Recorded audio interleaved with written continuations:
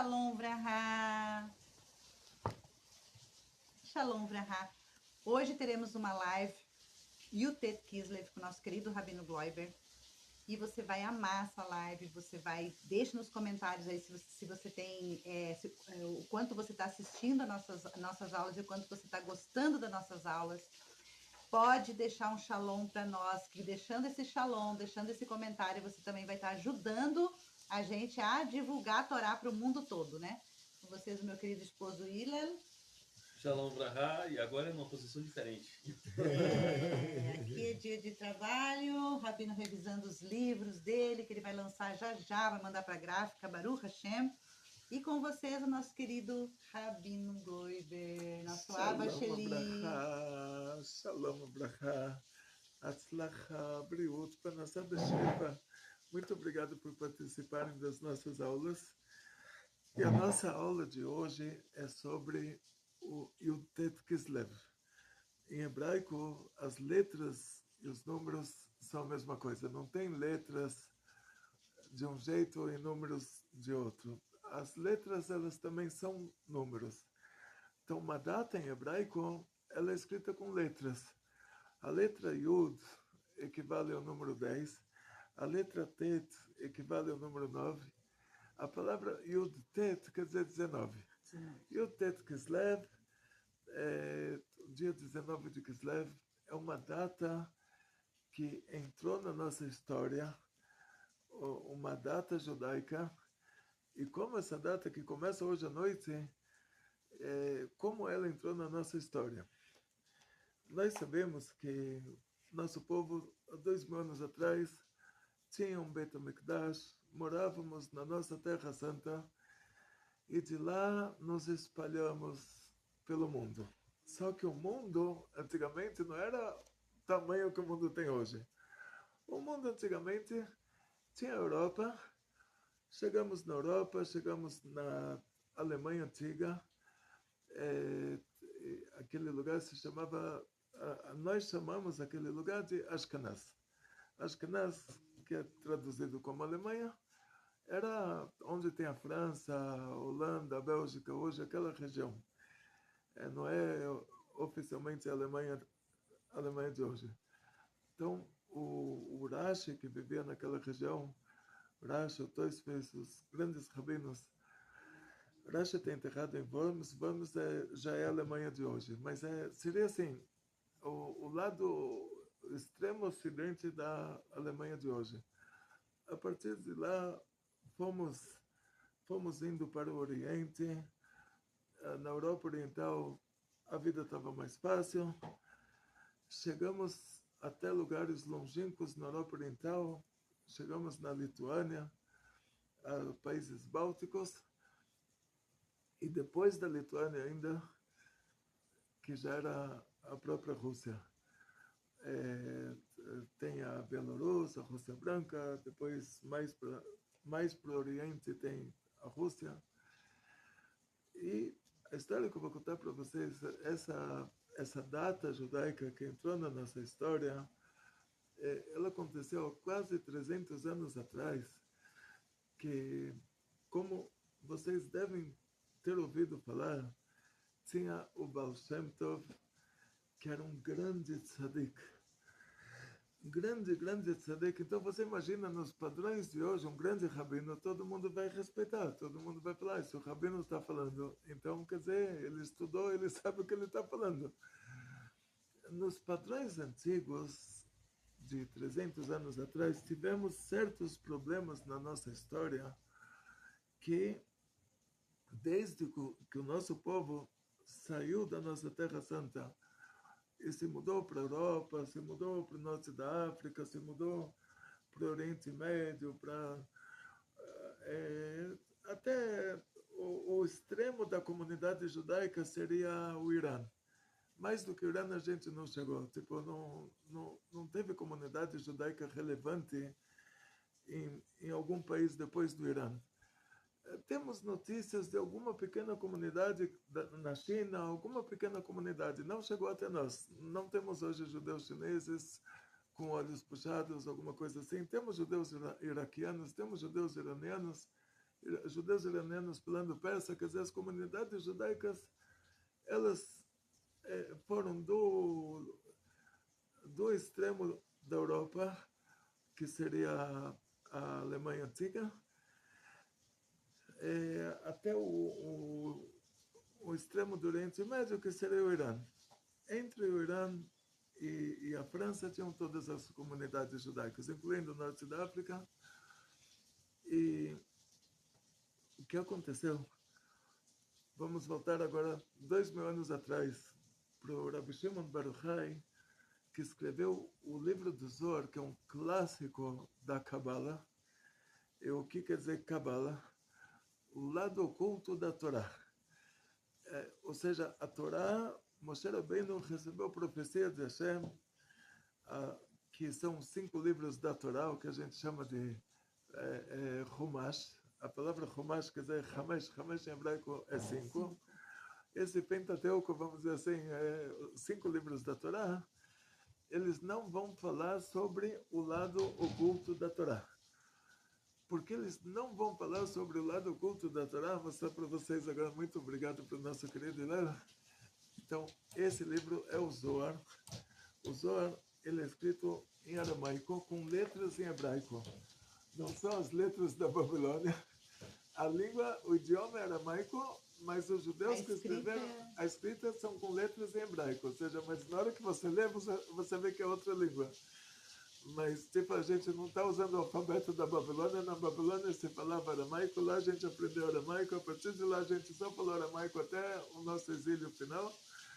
Mas não usamos nunca as letras da Babilônia, usamos as nossas próprias letras, mas no idioma da Babilônia, que era o aramaico, que depois se tornou o idioma da terra de Israel na época do segundo Beit HaMikdash, do segundo templo sagrado de Jerusalém. E o Zohar foi escrito em aramaico, na sua totalidade, totalmente em aramaico. Aí, o Zohar foi escrito numa época, 2000 anos atrás, que os romanos, eles transformaram a nossa Torá, a parte revelada da nossa Torá, que é a profecia de Moshe, o Chumash, o Pentateuco, eles transformaram isso na idolatria deles. E quando a gente fala sobre idolatria, a gente está falando que mudou de Deus. Mudou de Deus, quer dizer, o nosso Deus, ele é a essência da humildade. Moshe Rabbeinu, maior de todos os profetas, é a pessoa mais humilde que teve na face da terra. Deus é mais humilde do que Moshe, quer dizer, quanto mais santidade, mais humildade. Quando muda de religião, quer dizer que o Deus lá, um prepotente, está te cobrando, ele pode fazer tudo de errado, e você faz a mínima coisa errada, ele já te pisa, te esmaga, ameaça e te coloca no inferno eterno. Então ele pode ir com a mulher do outro, fazer filho, mas se você faz uma besteirinha, ele já te pune. Então, assim, mudou de religião totalmente, quer dizer, do Deus que é a essência do bem, que o Deus que é mais humilde do que o Moshe Rabbeinu, foi para um Deus que é o extremo da prepotência, que é a idolatria. A idolatria é a prepotência. Quanto mais a pessoa se sente, quanto mais o ego dele está inflado, isso é mais idolatria. Quer dizer, ele vira um Deus, ele se auto-idolatra, ele cobra de todo mundo para idolatrar ele. Quer dizer, ele decide, ele impõe e todo mundo tem que se prostrar na frente dele. Sim. Então, o Rabbi Shimon Bar Yochai, ele viu uma coisa dessas, como pode ser? Pegaram a nossa Torá, fizeram dela idolatria, fizeram da nossa Torá, fizeram dela Antigo Testamento. Então, ele resolveu escrever o Zohar, o lado oculto da Torá, numa linguagem bem difícil de se entender, bem enigmática. O Rabbi Shimon Bar Yochai, que ele foi um grande tzadik, que viveu 2000 anos atrás, naquela época era chamada de época da Mishnah. O rabino da época era chamado de Tana, era o título do sábio da época, plural é Tanaim. Então, o Rabbi Shimon Bar Yochai, ele presenciou que os romanos pegaram a nossa Torá, pegaram os 5 livros de Moshe, o Pentateuco, transformaram aquilo em Antigo Testamento, colocaram um novo Deus lá, o Deus que é o cúmulo da prepotência, E ele pensou que agora iriam fazer a mesma coisa com a Kabbalah, com o lado oculto da Torá.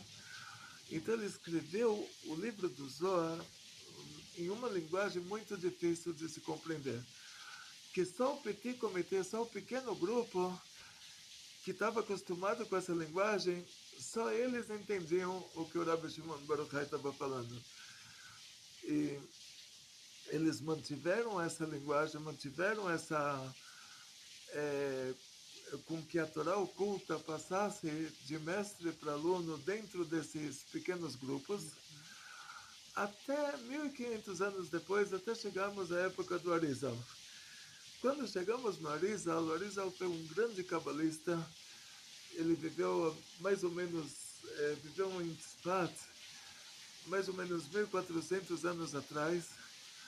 E ele falou que agora chegou a hora de divulgar essa sabedoria, divulgar a Torá oculta. Até agora não tinha necessidade, realmente tinha esses problemas, vai saber se os outros povos lá pegavam a nossa Torá oculta, transformavam aquilo em idolatria, trocavam Deus, e Deus me livre. Então, o Arizal falou, agora chegou a hora, a gente tem que divulgar, e no Zohar está escrito que com esse livro nós vamos sair do exílio. Então, o Arizal falou, agora a gente já entrou nessa reta final, vamos divulgar a Torá oculta. Então, o que ele fez? Ele simplesmente decifrou todos os livros do Zohar, assim, todas as partes do Zohar, e ele contou, ele tinha um aluno, o Rav Chaim Vital, por isso é importante que uma pessoa, pelo menos, sempre lê o que o Rabino está mandando. Então, o Rav Chaim Vital era uma pessoa que tudo que o Arizal falava, ele estudava, ele lia. Ele não repassava assim automaticamente, primeiro ele lia, depois ele repassava.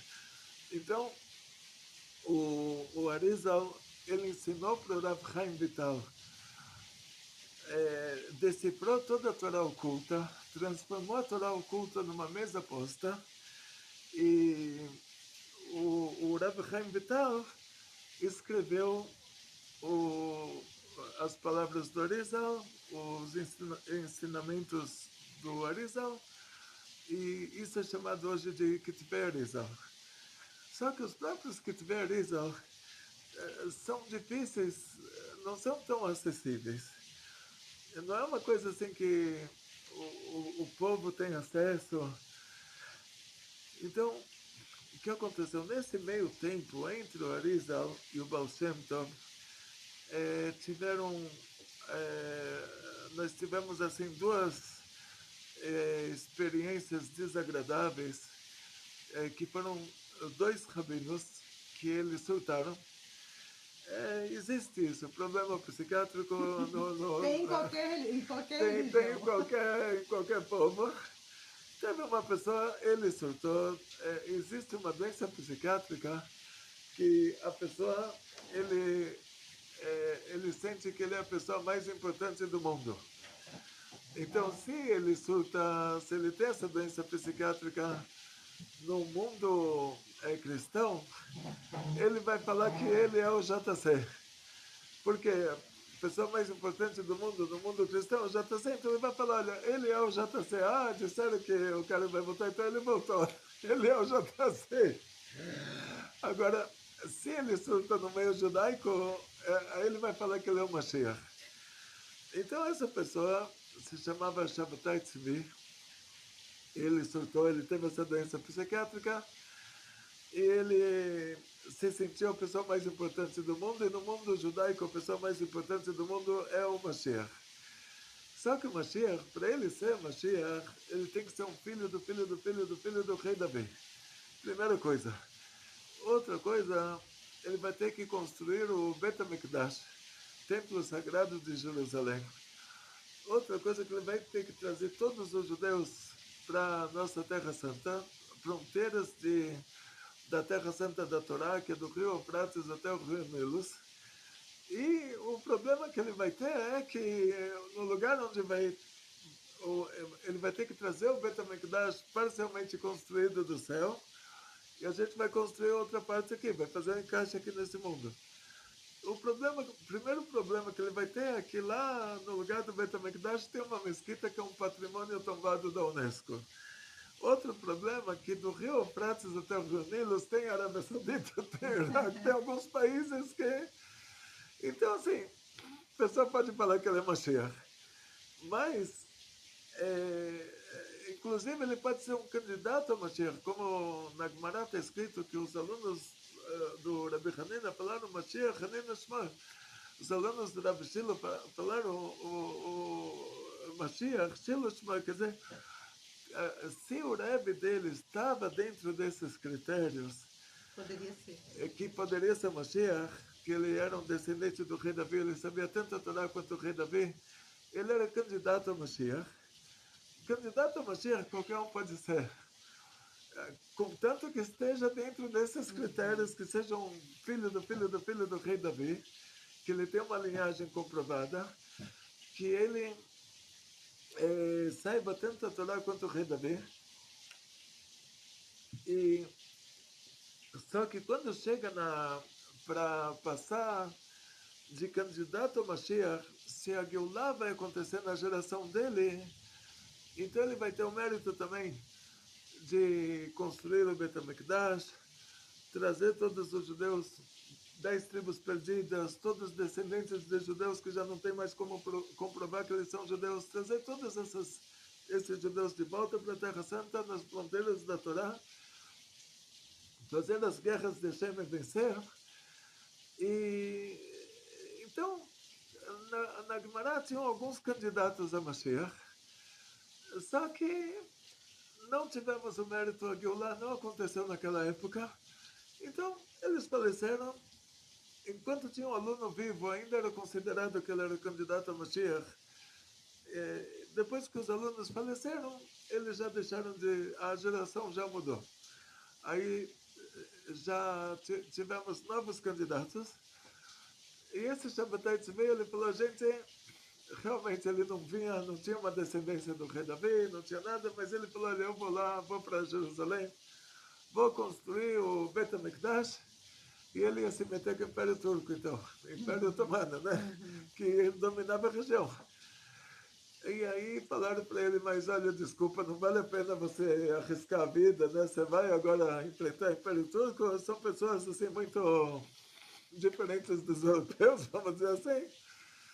Aí ele falou, ele usou assuntos de Cabala que o povo não conhecia. A Cabala estava dentro de pequenos grupos, então ele se aproveitou que ninguém conhecia esses conceitos cabalísticos. Ele falou, olha, de acordo com os conceitos cabalísticos, eu sou Mashiach, vocês podem me seguir, venham comigo para Jerusalém e eu vou construir o Bet HaMikdash. E as pessoas não conheciam a Cabala, então por causa disso acreditaram nele.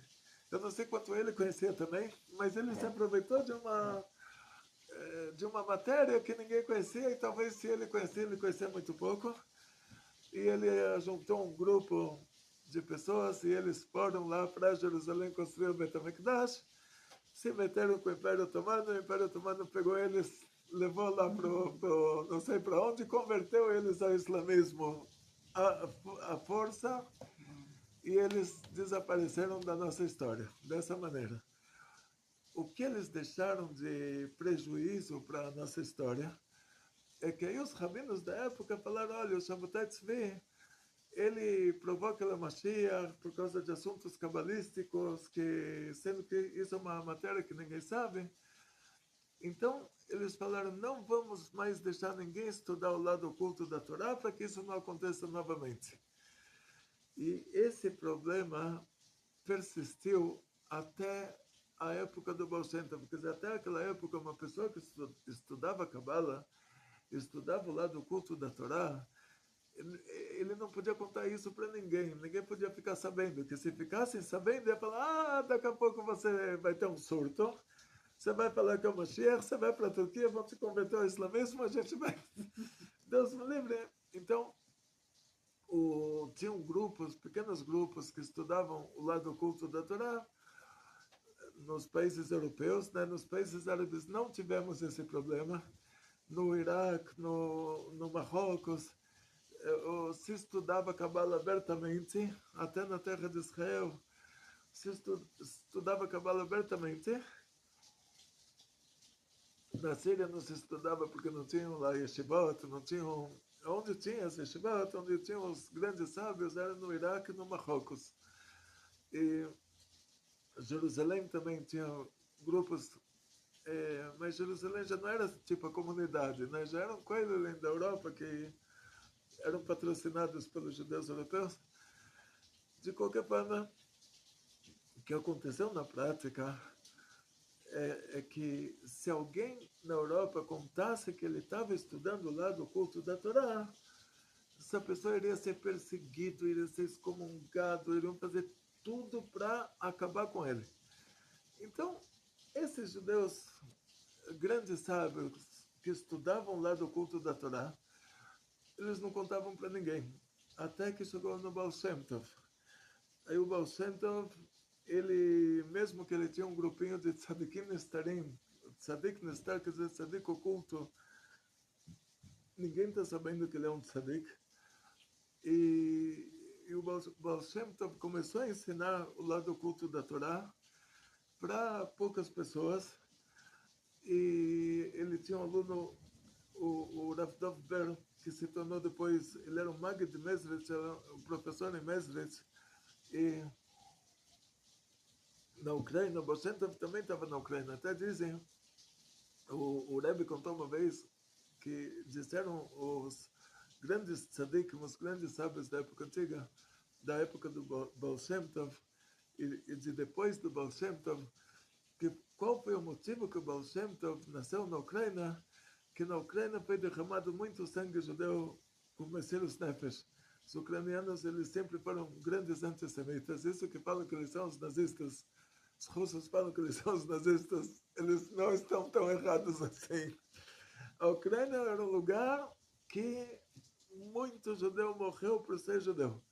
E isso explica a guerra que eles estão vivendo até hoje. Isso, 2 anos de guerra, 4 anos.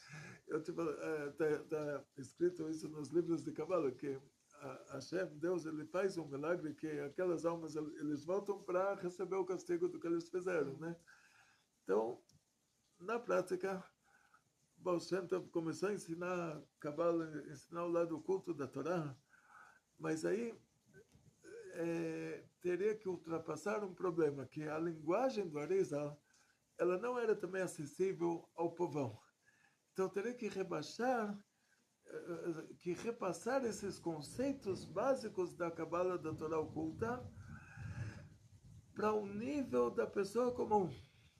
E o Baal Shem Tov começou a fazer esse trabalho com Mamarim Ketzarim, ele fazia pequenos divrei Torá, assim, escrevia pequenos textos. Ele, na verdade, não chegou ele próprio a escrever. Ele falava pequenos textos em Yiddish. Os alunos escreviam em Lashon HaKodesh, em hebraico clássico. O principal aluno do Baal Shem Tov era o Magid de Mezritz, na Ucrânia. O Magid, ele abriu uma yeshiva, que nessa yeshiva se estudava o lado oculto da Torá. Aí já foi um desafio para o mundo europeu.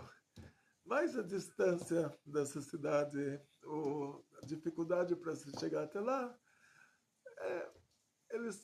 o que protegeu eles foi realmente a distância. O Alter Rebbe, Rabbi Shinal Zalman, se tem um termo em português, tem a foto dele? Tem, bastante aqui. O Rabbi Shinal Zalman, ele era um grande sábio, grande estudioso, grande tzadik. E nosso grande tzadik, o Rabbi Shinal Zalman, inclusive tem um desenho dele. Esse desenho tem uma história sobre esse desenho, depois eu vou contar para vocês. É uma época que não tinha máquina fotográfica. Então, isso não é uma foto dele, é um desenho. É um desenho, mas aí o desenhista daquela época que fazia a foto de uma pessoa, ele desenhava perfeito. Uhum. E depois eu vou contar para vocês como chegamos a esse desenho. Então, o Alter Rebbe, ele é chamado de o velho Rebbe. A palavra Alter em Yiddish quer dizer velho. O Alter Rebbe, o velho Rebbe, quer dizer o primeiro Rebbe. o Rabbi Shinal Zalman, ele era um descendente do Maral de Praga. O Maral de Praga era um descendente do rei Davi. O Maral de Praga tinha um Sefer Torah que estava escrito o nome do pai, do pai, do pai, do pai, do pai. Até o rei Davi, quer dizer, tipo um pergaminho, não um Sefer Torah escrito, mas tipo um pergaminho, tipo um Sefer Torah, que ele podia provar que ele era o filho do filho do filho, até o rei Davi. E ele tem a história que ele fez o golem, fez uma pessoa de barro, deu vida. E o Maral de Praga tem histórias assim. O Alter Rebbe era um grande cabalista. Sim, sim. E o Alter Rebbe era um descendente desse Maral de Praga, consequentemente um descendente do rei Davi. E ele ouviu falar dos Hassidim. Ele ouviu falar que em Mesrit se estudava como rezar, se estudava o lado oculto da Torá. E ele era da Lituânia. A Lituânia era um lugar, a cidade de Vilna era chamada de Jerusalém da Lituânia. Aquele lugar tinha muitos sábios, mas os sábios assim que eles estão naquela linha dura, que não pode estudar o lado oculto da Torá, só pode estudar o lado revelado. O lado revelado da Torá, ele não é a alma da Torá, ele é o corpo da Torá. Então, tá bom, a pessoa estudou, ele sabe que não pode assassinar, não pode roubar, não pode dormir com a mulher do outro, não pode comer um porco, e chega uma hora que ele já sabe muita coisa, e já está desanimado, tipo, ele fala, não pode, deve, não pode, mas eu pergunto, o que é Deus? Eu estou rezando, estou falando com Deus, eu não sei o que é Deus, eu tenho que saber o que é Deus, tenho que saber o que é uma tefilá, o que é uma reza, com quem eu estou falando. Então, o Alter Rebbe, quando ele precisava ir já para se aprofundar mais nos estudos, ele sabia que em Vilna ele iria se tornar um grande sábio no aspecto revelado da Torá, mas em Mesrit, que tinha chamado Rav Dov Ber, o Magid Mesrit, lá eles estudavam o lado oculto da Torá. Eu vou contar para vocês como o Magid de Mesrit ele se aproximou do Baal Shem Tov, como ele próprio se tornou um Hassid. O Magid de Mesrit ele tinha ouvido falar do Baal Shem Tov, voltamos então para a época do Baal Shem Tov.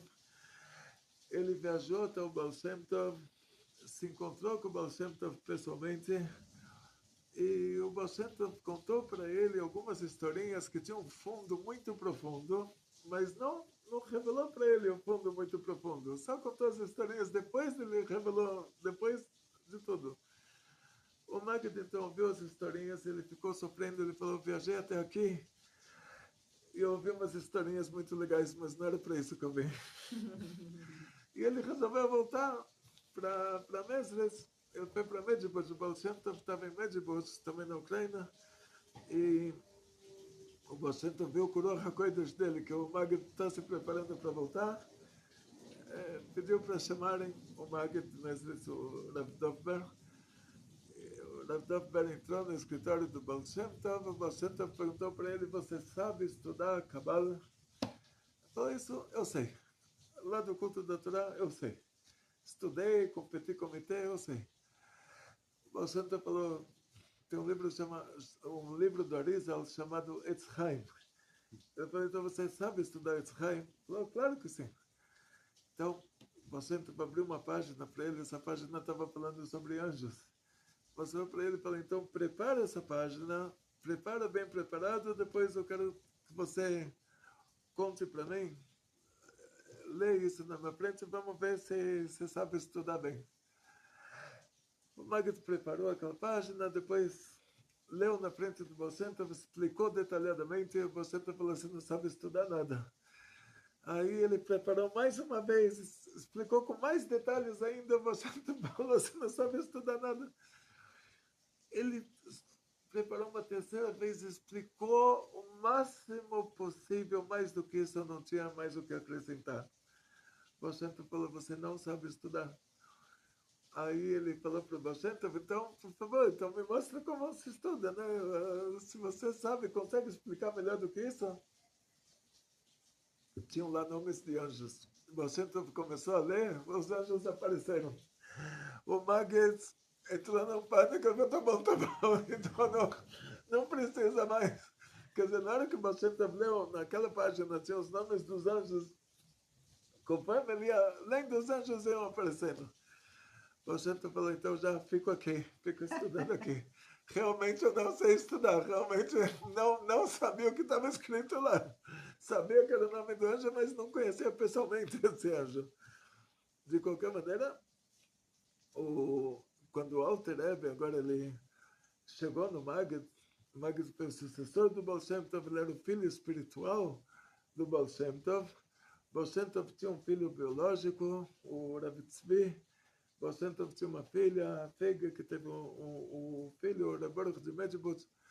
Mas o principal para o Baal Shem Tov foi o filho espiritual dele, o Maggid de Mezritz. Então esse filho, o filho espiritual, para ele era mais filho do que o filho biológico, o Rav Tzvi. E quando o Alter Rebbe, o Rabbi Shmuel Zalman, foi estudar com o Maggid, contar para vocês uma história assim, muito, muito interessante. Essas historinhas a gente acaba descobrindo em outras ocasiões, não na própria ocasião quando isso aconteceu, mas em Mezritz, cada um dos alunos do Maggid preparava para Shabbat o próprio gefilte peixe, o próprio peixe dele, para ser dado Shabbat, que eles preparavam com as kavanot, né, com intenções profundas. O Maggid, ele amarrava um barbantinho no peixe que ele preparou para si próprio, para na hora que fossem distribuir aqueles peixes, para ninguém pegar o do Maggid, porque ele tinha preparado isso com tantas kavanot, intenções tão profundas, que a pessoa que começa aquilo, se ele não estivesse naquele nível, ele poderia, Deus me livre, a alma sair do corpo. E uma vez, essa história foi descoberta assim, da seguinte forma, que chegou o Rav Aaron de Karlin, veio visitar o Alter Rebbe, já muito depois disso. O Alter Rebbe já tinha casado, já tinha as filhas, e muito depois disso, o Rav Aaron de Karlin estava lá, e as mulheres, elas fizeram a comida, e tem um conceito judaico que é Arad Beishot Peh. É uma panela de muitas sócias, né? É uma panela de associadas.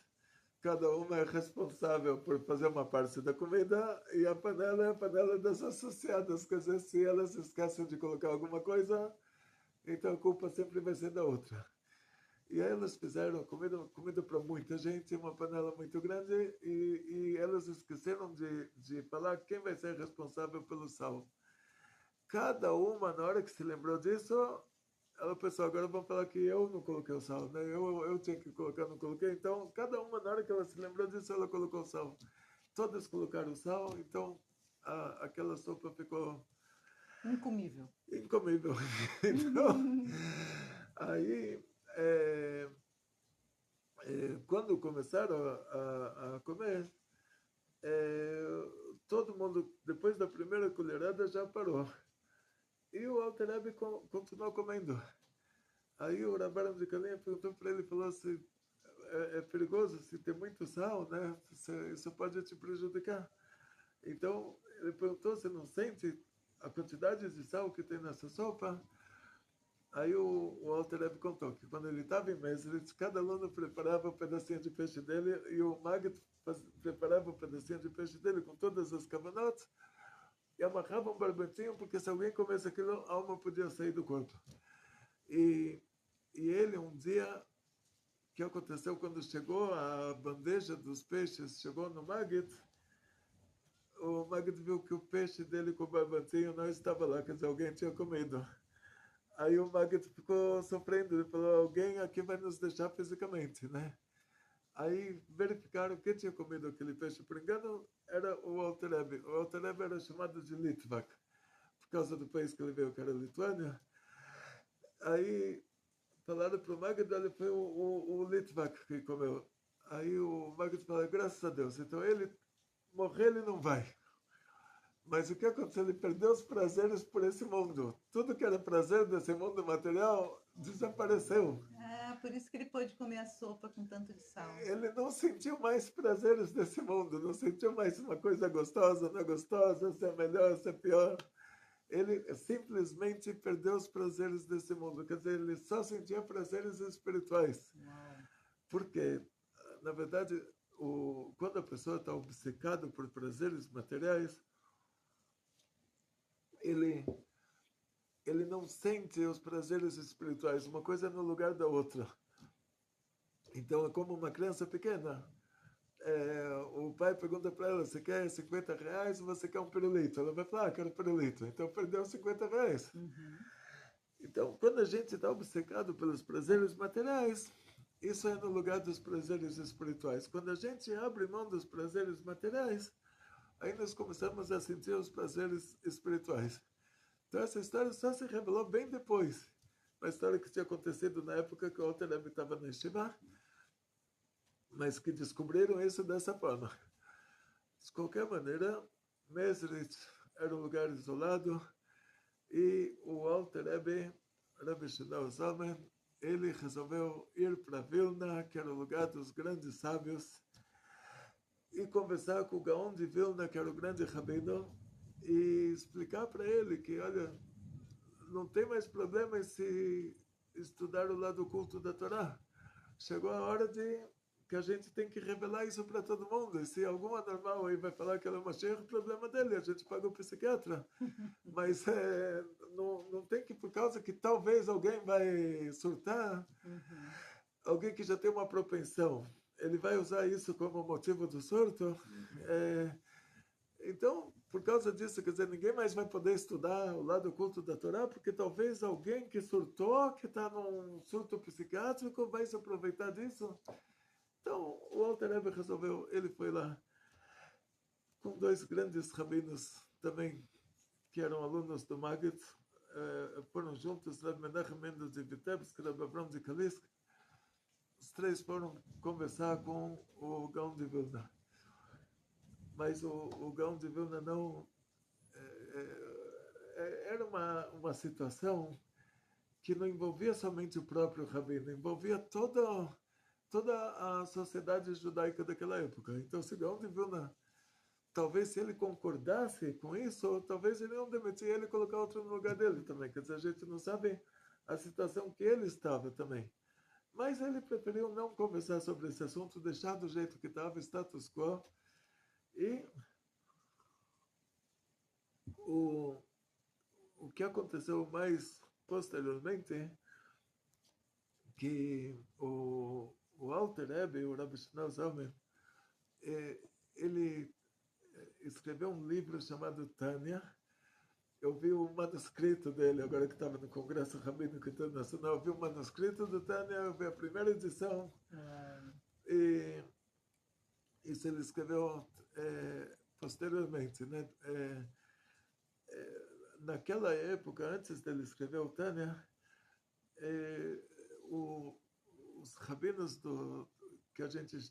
eles se autodenominaram, eles falaram para o Alter Rebbe, esses rabinos que estudavam Kabbalah, lá do culto da Torá, falaram para eles, olha, vocês são os Hasidim, nós somos os Mesnagdim. Mesnagdim quer dizer a pessoa que está contra.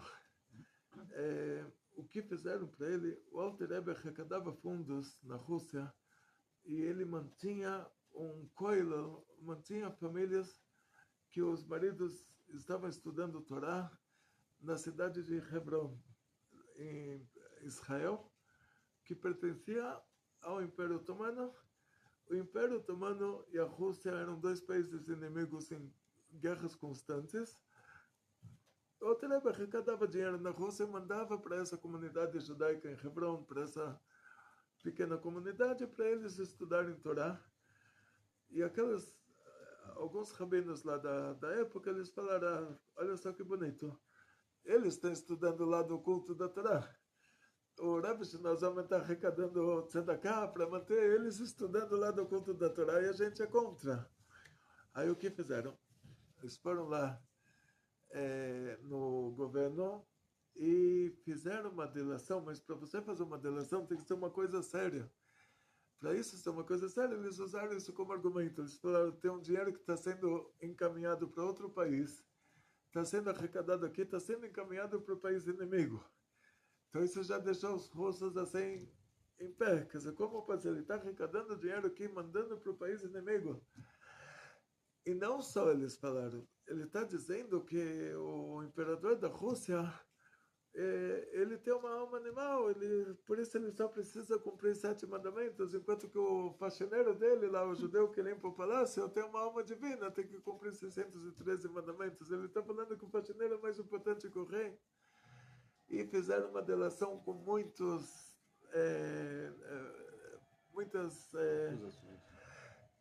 detalhes. E o governo se relacionou a isso, quer dizer, viu isso como uma coisa muito grave, envolvia dinheiro que estava sendo repassado para o país inimigo, envolvia assunto, como pode ser que alguém fala sobre o imperador da Rússia, o Império Russo, o império mais importante do mundo naquela época, que aquele imperador é menos importante que o faxineiro dele, que seria a pessoa mais simples. De qualquer maneira, mandaram uma carruagem preta para a casa do Alter Rebbe. Essa carruagem preta significava, tipo, dentro da estrutura do Império Russo, que agora ele iria para a prisão mais segura, mais de alto, como se fala assim? Segurança máxima. Segurança máxima. Ele iria para a prisão de segurança máxima, ele passaria por um julgamento num lugar que pouca gente sairia vivo de lá. Então, na hora que esses soldados com essa carruagem chegaram na casa do Alter Rebbe, é cidade pequena, todo mundo conhece todo mundo, e já chegou a notícia que o Alter Rebbe estava dentro de casa, tem uma carruagem preta na porta da casa dele, e ele estava com um grande Hassid dele, chamava Rav Shmuel Munkas. Esse Rav Shmuel Munkas, por um lado ele era um grande estudioso, por outro lado ele era uma pessoa muito engraçada, mas que nas piadinhas dele tinham coisas muito profundas. E o Alter Rebbe falou para o Rav Shmuel Munkas: olha, eu posso sair pela porta de trás, né? E eles vão me procurar, vão ver que eu não estava aqui, depois vão voltar para procurar de novo, mas por enquanto eu posso escapar e eu vou lá para Hebron, para Israel, e nunca mais vejo esse... O Rebbe Shmuel Munkas contou para o Alter Rebbe, nesse meio tempo, imagina, uma história que aconteceu com o Rav Menachem Mendel de Vitebsk. Ele falou que o Rav Menachem Mendel de Vitebsk estava numa carruagem, o cocheiro deu uma chicotada nos cavalos, os cavalos deu muito para eles, eles correram muito, estavam querendo fugir do chicote, e chegou a carruagem do senhor feudal, dono daquelas terras, e trombou com esses cavalos desgovernados do Rav Menachem Mendel de Vitebsk e quebrou a lâmpada, a lanterna da carruagem do senhor feudal. O senhor feudal saiu da carruagem com um revólver e falou: vocês estão passando pela minha terra, estão usando a minha estrada e ainda entra numa velocidade dessas e me faz um acidente e quebra a lanterna da minha carruagem. Estava vermelho, irado, com o revólver na mão. O cocheiro, com toda a calma, falou: olha, o judeu que está sentado aí dentro, ele falou para mim correr. Por isso que eu corri, por isso que eu fiz o acidente. O senhor feudal abriu a porta da carruagem, colocou o revólver na cabeça do Rav Menachem Mendel de Vitebsk e falou um monte, estava vermelho, estava surtado. O Rav Menachem Mendel saiu disso por um milagre. Se salvou por um milagre. Depois que o Boris, o senhor feudal, foi embora, o Rav Menachem Mendel perguntou para o cocheiro, falou para o cocheiro: tem tantos motivos para o cavalo correr. Podia ter falado que algum bicho mordeu o cavalo, não sei, qualquer coisa aconteceu. Não precisava falar que eu pedi para você correr, você teve essa ideia de dar uma chicotada no cavalo. Podia falar outro motivo, para o cavalo é um bicho, o bicho também enlouquece, né? O cavalo surtou. Por que tinha que falar que fui eu que mandei?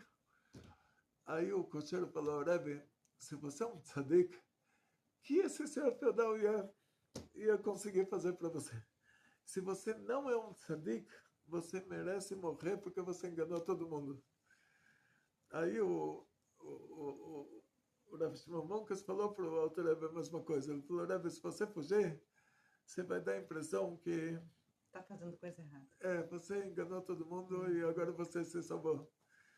Quer dizer, tudo que você fez vai água abaixo. Ninguém mais vai estudar o lado oculto da Torá. Vão falar, olha, tá vendo essa pessoa? E se você falar, eles não vão conseguir te fazer nada, porque você é um tzadik. Mas se você fugir, tudo que você fez até agora vai ser perdido. Ao contrário, as pessoas vão usar isso como exemplo para não estudar mais o lado oculto da Torá. Aí o Alter Rebbe foi com eles.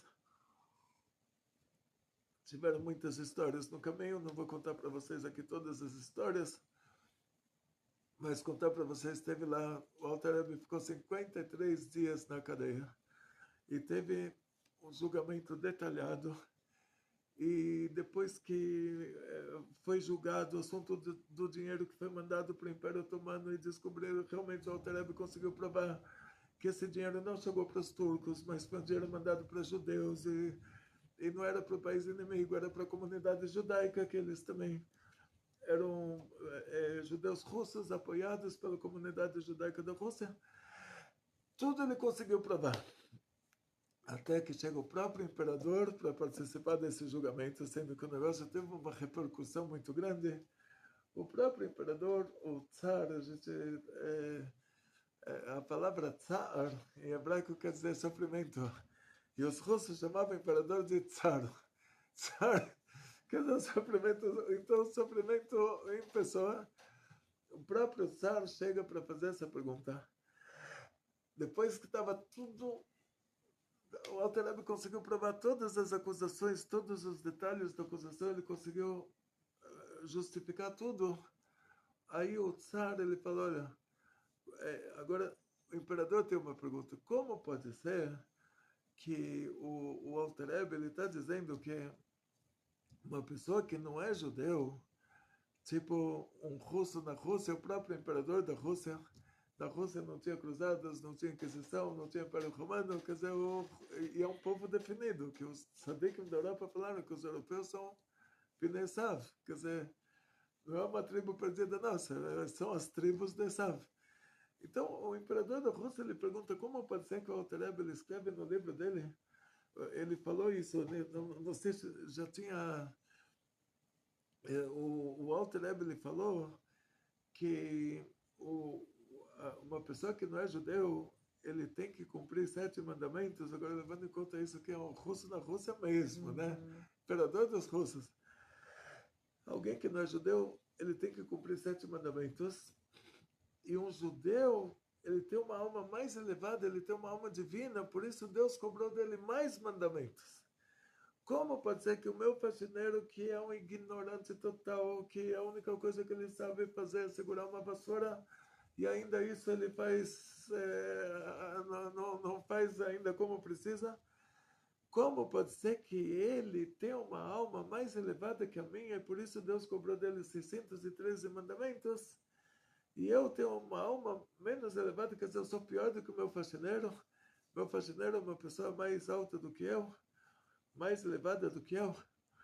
Na hora que o Alter Rebbe ouviu a pergunta, toda a corte, todo mundo ficou em silêncio lá, todo o fórum lá dos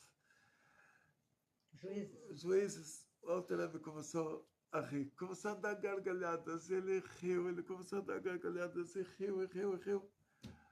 E todo mundo começou a rir também, e o imperador começou a rir também, e o juiz falou, terminou o julgamento, deu uma martelada na mesa, a gente está livre, pode ir para casa. Depois que o Alter Rebbe ele contou essa história para os Hasidim, ele explicou, olha, eu estava num beco sem saída. Esse imperador da Rússia, se eu falo para ele a verdade, que um judeu, por causa que ele tem uma alma divina, que é uma parte de Deus, ele tem que cumprir 613 mandamentos. Enquanto que o russo, por causa que ele tem essa alma animal, Deus cobra dele somente 7 mandamentos. Se eu falasse para ele, olha, isso que está... Essa é a realidade, eu ia terminar morto lá. Só que quando você está alegre aqui nesse mundo, você desperta a separá chamada de Hesed lá no mundo de cima. E aí tudo fica bom. Então, o único jeito de escapar dessa é ficando alegre. Aí eu fiquei alegre. Despertou a Hesed. Aí tudo ficou alegre. Aí o rei ficou alegre. Os juízes ficaram alegres. O conde ficou alegre. E me dispensaram. E me salvei dessa forma. Quer dizer, tinha que despertar a Hesed lá em cima. Então, nesse dia que Isso vale para hoje também? vale para hoje, aqui E agora? e agora. Aqui e agora. Então vamos ficar alegres. Isso mesmo, isso vale. Quanto mais para hoje, quanto mais. Nós somos geração depressão.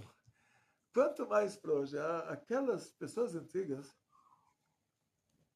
eles eram pessoas saudáveis. O trabalho que eles faziam sempre era um trabalho braçal. Não tinha agrotóxicos, não tinha poluição. Imagina se eles precisavam ficar alegres, para eles isso seria uma coisa mais fácil do que para nós. Para nós hoje, Nós que somos geração depressão, a gente é uma mitzvah de ficar alegre muito maior. Sim, do que muito eles. maior do que eles. Então isso vale para qualquer ocasião, para qualquer situação. Em primeiro lugar, tem que ficar alegre. Como falou o Mag de Mestre, tinha uma família que, Deus me livre, estavam com um ente querido no hospital e eles falaram para o Magd, agora o que a gente pode fazer?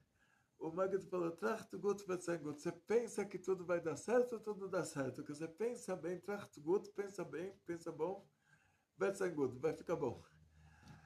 Não só tem que ficar alegre, mas tem que pensar sempre que tudo vai ficar bom. Somos o que pensamos, né? Tá vendo? Esse é um detalhe importante. Você fala, somos o que pensamos. Tinha o Sócrates, né? Dizem que ele era um personagem do Platão, alguma coisa assim, mas o Sócrates é dúvida se existia ou se era um personagem. Sim. Mas o Sócrates, ele fala, penso, logo existo, né? Sim. Então, hoje em dia, o lema é reclamo, logo existo. Na hora que você reclama, todo mundo... As pessoas hoje em dia têm essa coisa, né? De reclamar. Reclama, reclama. Reclamo, logo existo. Então, se estou reclamando, quer dizer que todo mundo vê que eu existo. Sim. Então assim, na prática, eu fiz um grande resumo da história. No dia 19 de Kislev, dia Yutet Kislev, o Alter Rebbe saiu da cadeia, foi libertado. Então, isso que ele foi libertado quer dizer que o governo da Rússia, que era a única coisa que poderia prejudicar ele na prática, libertou ele. Quer dizer, a partir dessa hora, ele pode divulgar os livros dele, ele pode divulgar toda a Torá dele, está tudo autorizado pelo governo. Quer dizer, lá foi comprovado que tudo que ele falou não tem problema, quer dizer que ele é uma pessoa idônea. Então, a partir dessa hora, ele começou a divulgar muito mais todos os assuntos da Torá oculta. E depois do Alter Rebbe, então, ele tem um filho chamado Mittler Rebbe. E qual que é o recado para as mulheres? O recado para as mulheres é que as mulheres, elas têm um lado alma que é muito mais próximo da Torá oculta do que os maridos. Então elas devem... As mulheres devem estudar a Torá oculta, o lado oculto da Torá, a Sefer Tanya, principalmente muito mais do que os homens, porque elas já têm essa afinidade, esse lado espiritual mais desenvolvido, mais sensível. Para o homem é mais difícil, para as mulheres é mais fácil. Uma coisa está ligada a Sefirot, está ligada a Bina, que a Bina é a fonte dos sentimentos. Então, por isso que nós estamos fazendo essa festa de Yutet Kislev, começa essa noite, todos os Batei Chabad do mundo vão fazer Fabringen e vai ter festa no mundo inteiro, por causa desse detalhe, que na hora que o Alter Rebbe ele foi libertado, a partir dessa hora é permitido já ensinar o lado oculto da Torá, já não tem problema, já o governo já autorizou, e o governo do Tsar, uma coisa assim muito... Aqueles rabinos que delataram ele se tornaram fora da lei por ter feito uma delação em vão. E a partir daquela hora nós nos tornamos livres em relação à divulgação da Torá oculta. Quer dizer, não precisamos mais nos esconder, podemos já revelar a Torá, o lado oculto da Torá de maneira revelada.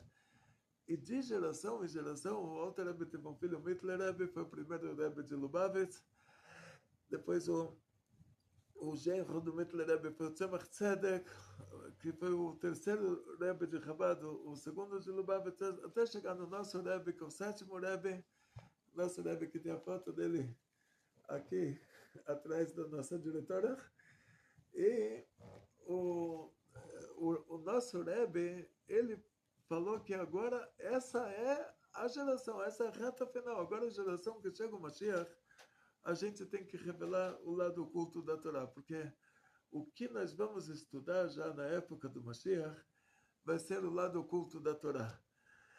O lado revelado da Torá, que é proibido assassinar, proibido roubar, já não vai mais ser relevante. Que ninguém vai que não vai existir, o mal não vai existir. Né? Por natureza, a pessoa já não vai mais ter, não vamos mais ter a maldade no nosso coração. Então, e o que seria o lado oculto da Torá?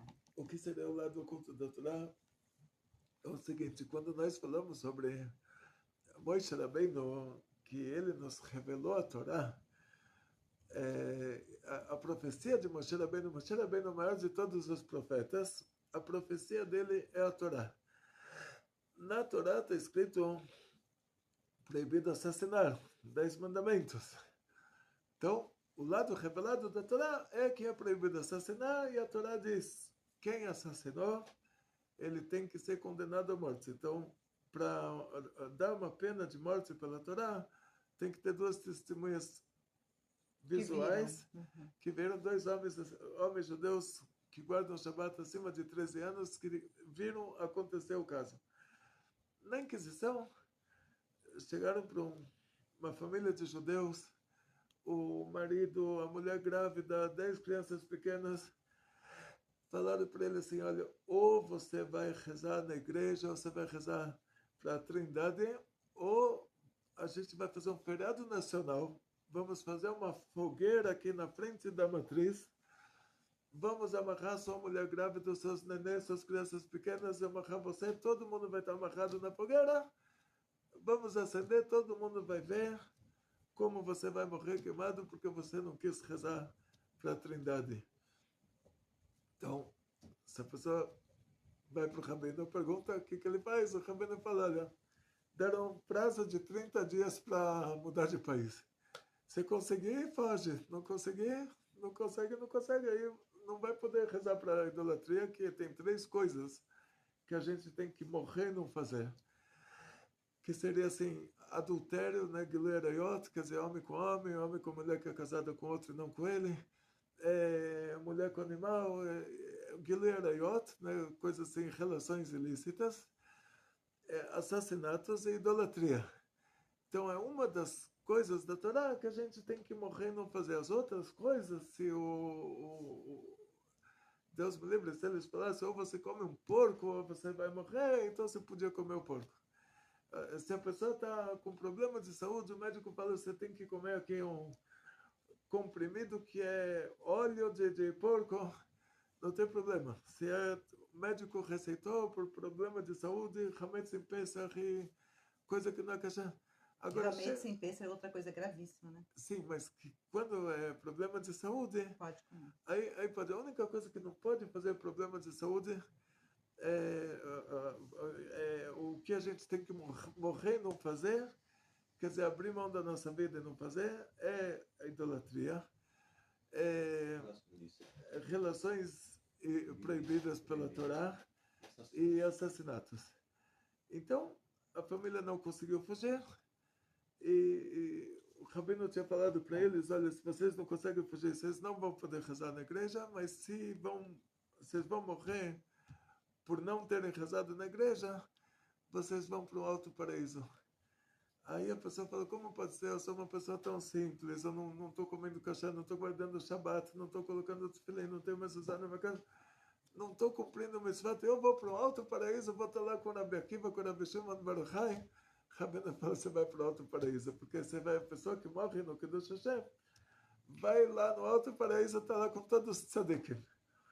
Chega o dia, os inquisitores falaram: você vai rezar na igreja ou feriado nacional? Ele falou: feriado nacional, não vou rezar na igreja. Eles são amarrados, mulher grávida com as crianças pequenas, com o marido. Todo mundo fala Shema Israel, chega no alto paraíso. Aí na Torá está escrito que assassinou, então é condenado à morte. Então esses inquisitores, pena de morte para eles. E se eles descobrissem o lado oculto da Torá, e eles falassem, não, mas espera aí, por causa que a gente matou, assassinou eles, por causa disso eles foram para outro paraíso, eles iam querer que você pagasse para eles. Então, Esse é o lado oculto da Torá. esse é o lado oculto da Torá. Quer dizer, então Moshe Rabbeinu não podia falar isso na Torá revelada. Sim. Se ele escreveu lá a profecia dele que é proibido assassinar e o assassino é condenado à morte, se ele falasse sobre o mundo das almas, lá virou o contrário. Quer dizer, a pessoa que foi assassinada, ele foi para outro paraíso, aí o assassino ia falar, então você tem que me pagar, eu fiz uma coisa boa para ele. É que nem a perseguição que tem dentro de casa também, né? Uma hora no Baixo Paraíso é como 70 anos dos maiores prazeres aqui nesse mundo. Uma hora no Alto Paraíso é como 70 anos no Baixo Paraíso. Então imagina esses inquisitores saberem o bem que eles fizeram para essa família. Eles iam falar, como você pode falar que eu tenho pena de morte? Vocês têm que me pagar a vida inteira. Olha, eles estão lá uma hora no Alto Paraíso, é como 70 anos no Baixo Paraíso, uma hora no Baixo Paraíso, é como 70 anos dos maiores prazeres aqui nesse mundo. Então o que acontece? Que a Torá revelada não pode falar sobre almas. Não pode falar sobre almas. Então, aí onde a gente vai encontrar o remes, a indicação disso?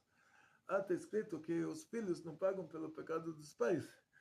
E está escrito no segundo mandamento que Deus vai cobrar até a terceira, quarta geração. Deus vai cobrar dos filhos o pecado dos pais até a terceira, quarta geração.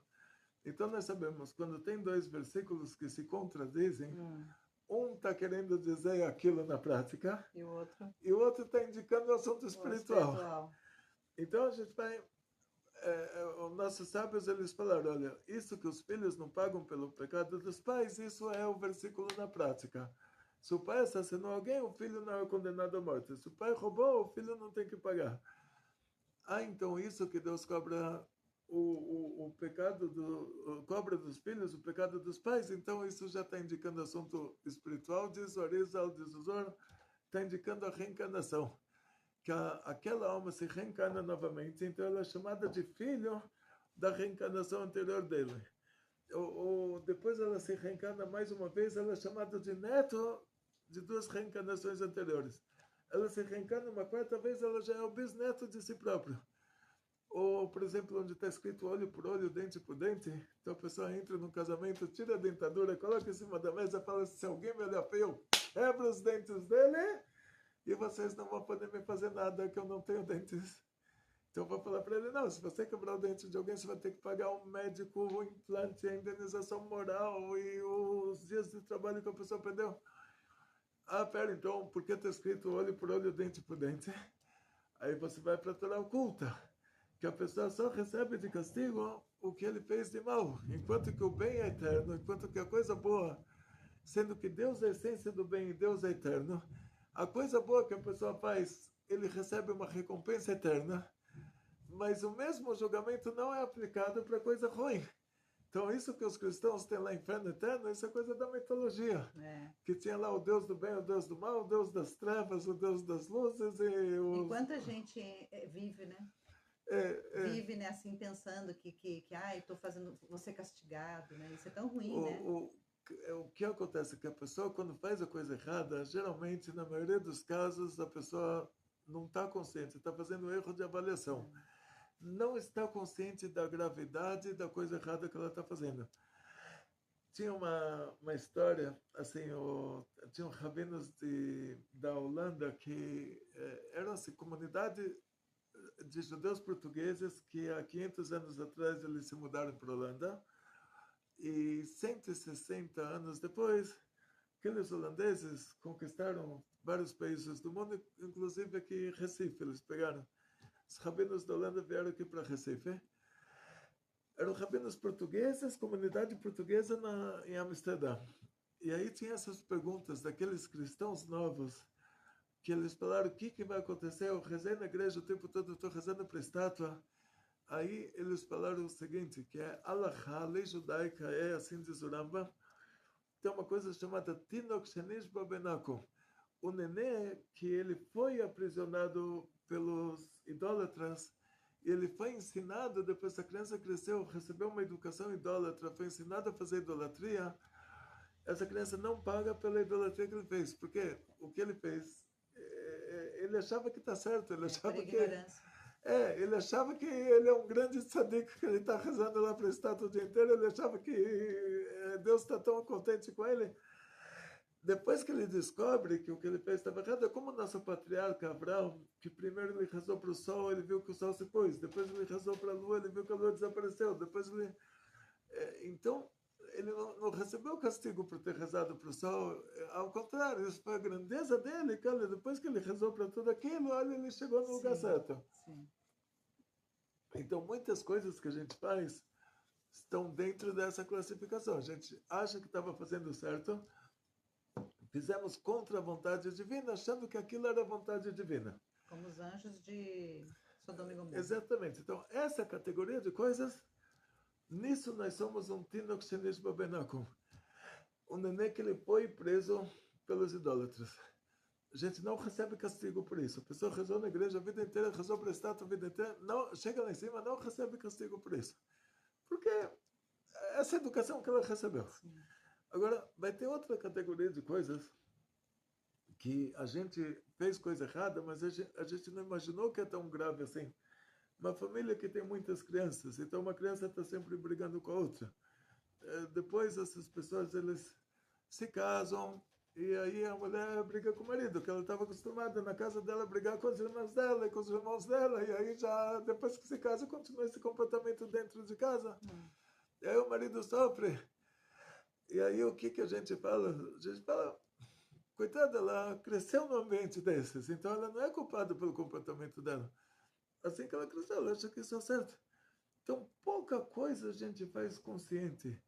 Então, assim, os 90% de coisa errada que a gente faz, a gente acha que está fazendo o certo. Pouca coisa que a gente opta por fazer a coisa ruim. Quer dizer, afinal das contas, nós sofremos nesse mundo. Os nossos sofrimentos, aí entra o olho por olho, dente por dente, natural culta. Tipo, Sim. quer dizer, a pessoa só sofre o que ele fez de errado consciente. Uhum. Quer dizer, o que ele fez inconsciente... Ele não vai pagar por não isso. vai pagar por isso. Só vai pagar pelo que ele optou por fazer errado. Ele sabia que ele estava fazendo errado, mas ele sentiu que ele é mais forte e o outro é mais fraco e ele pisou. Porque ele sentiu a força de si próprio, ele sentiu a fraqueza do outro, ele aproveitou para pisar. Isso ele paga.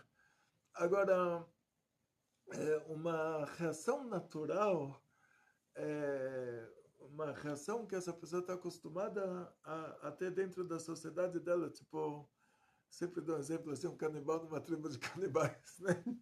Que chega lá em cima o alemão... Mas é um exemplo muito bom.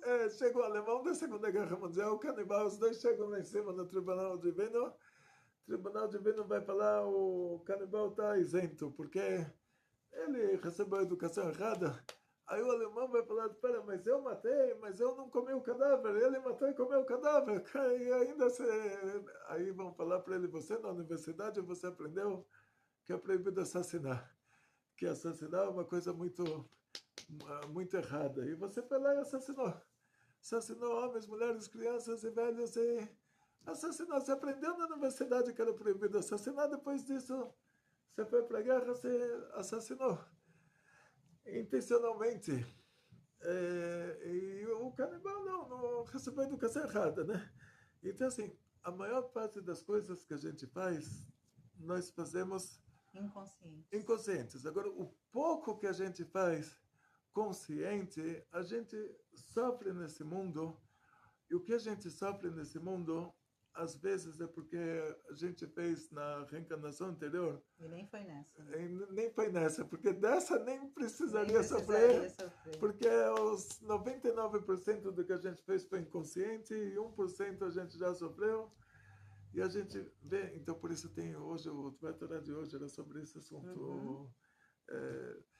Então, na prática, assim, o que a gente vai comemorar hoje de Yutet Kislev é que o mundo mudou de fase. Quer dizer, até o Alter Rebbe não se ensinava a Torá oculta em público, não se ensinava os segredos da Torá em público.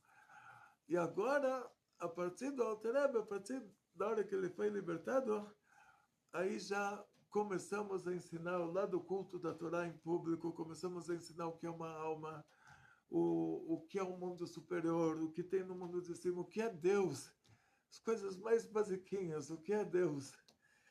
E por isso, essa noite, amanhã, meia-noite... Festa, alegria. Festa, alegria. Então, desejo a todos vocês, então, olha, muita alegria em primeiro lugar. Muito lehaim. Muito lehaim. Tira aí o licor do armário. Tirar o licor, limpar a poeira, distribuir para a família, fazer um lehaim.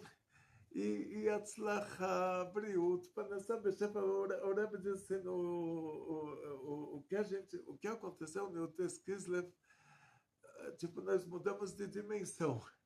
Realmente, entramos já numa nova era.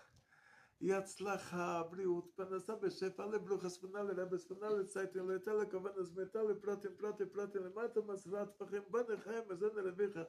Muito sucesso, Amém. Muita saúde, muito dinheiro, felicidade judaicas e toda a família. Grandes milagres em grande estilo.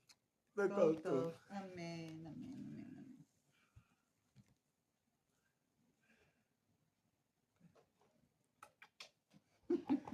Pode encerrar. Bekalto.